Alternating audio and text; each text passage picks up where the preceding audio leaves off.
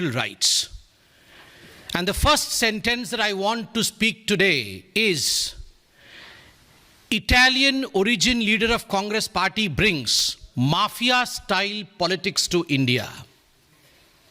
बंधुगण, 2014 से पहले 10 वर्षों तक जिस प्रकार की सरकार रही, एक इटालियन कुल की, इटालियन डायनास्टी की सरकार, और मैं आज परहेज नहीं करूंगा ये कहने में, I will not shy away from saying the truth, that as far as the leader of this Italian mafia is concerned, she is none other than one of the ones whose father was extremely close to Mussolini. Mussolini के right hand, Mussolini के दाहिने हाथ रह चुके पिता की पुत्री आज जिस प्रकार भारतवर्ष में माफिया राज स्थापित कर रही हैं, यह आप सबके सामने है और इसको अभिव्यक्त करना यह हमारी आजादी है। बंधुगण, प्रेस के खिलाफ जिस प्रकार के कदम उठाए जा रहे हैं, कोई एक केस नहीं है, कोई दो केस नहीं है।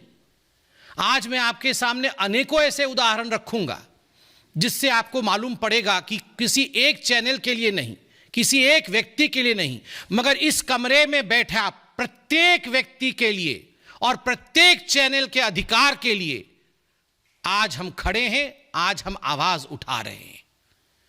In fact friends, such dastardly action against the press, against the people who dissent, is an attack on the fundamental right of not only the press, the reporters, the editors, but also the fundamental right, is an attack on the fundamental right of the core of this democracy called India. बंधुगण, mafia hates anyone who seeks the truth. Mafia के कुछ गुण होते हैं। Mafia कभी भी सत्य नहीं सुनना चाहता है, माफिया चाटुकारिता चाहता है। माफिया हमेशा एक कमिटेड ब्यूरोक्रेसी चाहती है, माफिया हमेशा एक कमिटेड जुडिशरी चाहती है, माफिया हमेशा एक कमिटेड जर्नलिस्ट चाहता है, एक कमिटेड जर्नलिज्म चाहता है, एक कमिटेड मीडिया चाहता है। बंधुगण, यही वो माफिया सरकार है। माफिया, और देखिए विडंबना, माफिया मां बेटे का जो माफिया सरकार है, इसने केवल प्रेस के ऊपर आघात किया हो ऐसा नहीं। जब इनको फेवरेबल जजमेंट नहीं मिलता है तो ये चीफ जस्टिस ऑफ इंडिया तक को नहीं छोड़ते हैं। They attack on the CJI of India, they move ahead for the impeachment of CJI of India, they call the CJI of India by names. तो ये केवल प्रेस का विषय नहीं है, यह विषय हम में से प्रत्येक नागरिक का है। हर नागरिक इस देश में सर उठा के जी सके और सत्य के साथ खड़े हो सके, ये माफिया होने नहीं देना चाहती है। माफिया लव्स करप्शन, माफिया भ्रष्टाचार को पसंद करती है, और जो लोग भ्रष्टाचार के विरोध आवाज उठाते हैं, माफिया उनको दबाने का प्रयास करती है। माफिया हेट्स कॉमन मैन, साधारण व्यक्ति।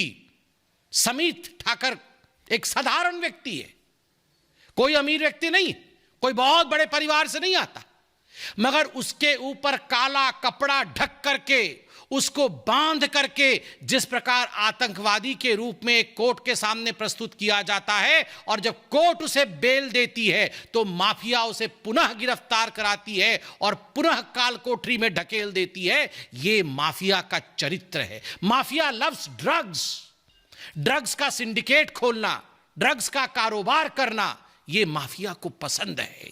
और जो ड्रग के खिलाफ आवाज उठाएगा, जो सत्य के लिए खड़ा होगा, माफिया उसे पनपने नहीं देगी, चाहे उसे घुटने पर क्यों ना लाना पड़े, माफिया वो सब कुछ करेगी। माफिया बाहर से सुंदर दिखता है, हमेशा ये माफिया का चरित्र है कि जो माफिया का एक्सटीरियर होगा वो बड़ा डेकोरेटेड होगा, कॉलम्स लिखा जाएगा, आर्टिकल्स लिखे जाएंगे माफिया द्वारा कि देखो हम कितने चरित्रवान हैं, हम कैसे डेमोक्रेसी को प्रोटेक्ट करने वाले हैं। एक तरफ तो सोनिया जी आर्टिकल लिखती हैं पेपर में और कहती हैं कि डेमोक्रेसी की हत्या हो रही है। एक तरफ राहुल गांधी जी आर्टिकल लिखते हैं और कहते हैं मैं प्यार की राजनीति करता हूं। I believe in politics of love. Is this politics of love? Sonia ji, is this love for democracy that you advocate and you write article about? This is the characteristic feature of Italian mafia. A beautiful exterior, decorating your exterior with articles and columns and speaking volumes about democracy. But in reality, you are the murderers of democracy. And in the words of Agatha Christie, murder, she wrote. This mafia is the one who has written murder of democracy as and when they have been in power and whichever state they have been in power.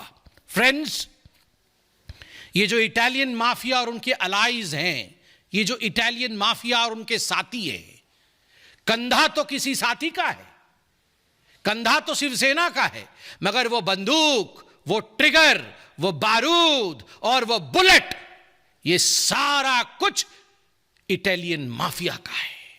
ये सारा कुछ उन मां बेटे का है जो हिंदुस्तान में डेमोक्रेसी को समाप्त करने के लिए लड़ रहे हैं।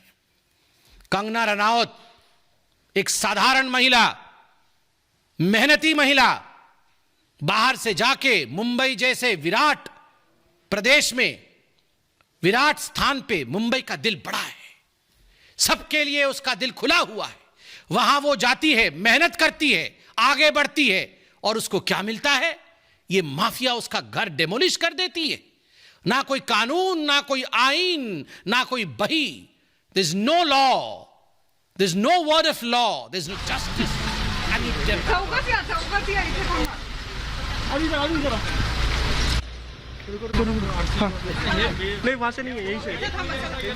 Just because she spoke against the government, just because she attacked mother and son, is this the way you would behave with an ordinary citizen? साधारण लोगों के साथ, समित ठाकर जैसे साधारण लोगों के साथ जिस प्रकार से ये माफिया व्यवहार कर रही है, वो अब आप सबके सामने है। बंधुगण, आपने देखा है, यहां सारे चैनल बैठे हैं और मैं एक बात कहना चाहूंगा रामधारी सिंह दिनकर का। रामधारी सिंह दिनकर वही हैं जिन्होंने कहा था सिंहासन खाली कर की जनता आती है। इमरजेंसी के समय जिन्होंने हम सबको जगाया था, हम सबको आगे बढ़ाया था, उसी रामधारी सिंह दिनकर ने कहा है, और मैं ये पढ़ना चाहूंगा, समर शेष है, समर शेष है नहीं पाप का भागी केवल व्याघ्र, समर शेष है नहीं पाप का भागी केवल व्याघ्र, जो तटस्थ हैं समय लिखेगा उनका भी अपराध। There is nothing called as being neutral. Being neutral is to stand with truth. जब भी कंफ्यूजन होता है, जब भी मन के अंदर भ्रम होता है, याद करिए इस पूरे विश्व में सबसे बड़ा रणक्षेत्र कोई है, जहां सबसे बड़ा दुंदुभिनाद हुआ था, वो कुरुक्षेत्र है। कुरुक्षेत्र में अर्जुन के मन के अंदर संशय था कि मुझे लड़ना है या नहीं लड़ना है, तो कृष्ण ने उनके रथ को बीच में स्थापित करके कहा था कि देख, एक तरफ न्याय है और एक तरफ अन्याय है, लड़ना है और अन्याय को समाप्त करना है, और न्याय और चाहे वो पॉलिटिकल पार्टी हो, चाहे वो आम नागरिक हो, चाहे वो संगठन हो, संस्था हो, एनजीओ हो, चाहे वो न्यूज चैनल हो, क्योंकि सभी न्यूज चैनल हमारे लिए बराबर हैं। सबसे यह अपील है कि रणक्षेत्र के मध्य में खड़े होकर ध्यान से देखें कि सत्य किस तरफ है। Being neutral is to be with truth. Being neutral does not mean to shun the truth and not show the truth. To stand with the truth is neutrality. So please, let's stand with the truth. बंधुगण, बहुत सारे उदाहरण हैं। ये Hitler और Mussolini की बात करते हैं, ये हमारे प्रधानमंत्री को गाली देते हैं। आए दिन प्रधानमंत्री के लिए जिन शब्दों का प्रयोग किया जाता है, उनको हिटलर शाह कहा जाता है। आज आप बताइए हिटलर शाही क्या है? घर से घसीट कर किस कुछ कहना चाहिए आप?